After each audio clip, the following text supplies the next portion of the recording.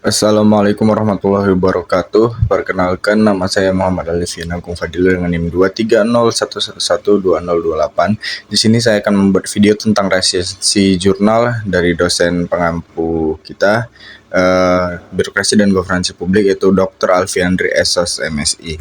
Dalam video ini, di sini ada yang pertama daftar isinya itu ada judul, penulis, tahun terbit, penerbit, sinopsis, kelebihan, kekurangan, dan analisis kritis. Nah, judul jurnal yang akan saya resensi itu judul jurnalnya berjudul What is Governance yang ditulis oleh Francis Fukuyama, diterbitkan pada Juli 2023 oleh penerbit Wiley Periodicals Incorporation. Di sini lanjut ke sinopsis. Jurnal ini berisi komentar mengenai pengukuran empiris terhadap kualitas negara, khususnya lembaga eksekutif dan birokrasinya. Kemudian terdapat permasalahan konseptual dalam mendefinisikan apa yang dimaksud dengan pemerintahan berkualitas tinggi karena sedikit kesepakatan. Kemudian komentar ini menyarankan untuk 4 pendekatan untuk mengatur kualitas negara: prosedural, ukuran kapasitas, ukuran keluaran, dan ukuran otonomi birokrasi. Fokus pada pengembangan kerangka kerja 2 dimensi menggunakan kapasitas dan otonomi sebagai ukuran kualitas cabang eksekutif. Selanjutnya ingin mencoba mengukur tata kelola pemerintahan secara lebih baik meski saat ini masih bersifat kompleks dan belum terdefinisi dengan baik. Dan yang terakhir, mengusulkan definisi awal tentang tata kelola sebagai kemampuan pemerintah dalam membuat dan menggerakkan peraturan serta memberikan layanan. Kemudian kita lanjutkan ke kelebihan dari jurnal What is Governance. Yang pertama, mencoba mengembangkan kerangka konseptual baru untuk mengukur kualitas tata kelola secara lebih baik. Yang kedua, mengidentifikasi berbagai pendekatan yang ada dan masalah-masalah konseptualnya. Yang ketiga, menyarankan pendekatan baru berupa dimensi, kapasitas, dan otonomi. Yang keempat, mencoba memisahkan definisi tata kelola dari tujuan normatif agar dapat diterapkan pada berbagai sistem pemerintahan.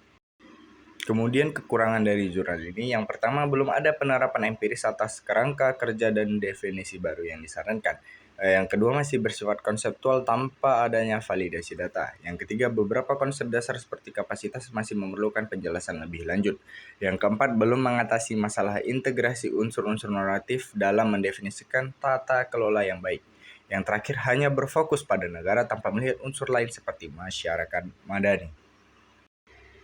Nah, yang terakhir, analisis kritis terhadap jurnal. Yang pertama, masih bersifat konseptual tanpa praktik. Gagasan yang disajikan belum diverifikasi secara empiris sehingga daya gunanya belum dapat dinilai. Diperlukan penelitian lebih lanjut untuk menerapkan dan menguji kerangka kerja yang diusulkan.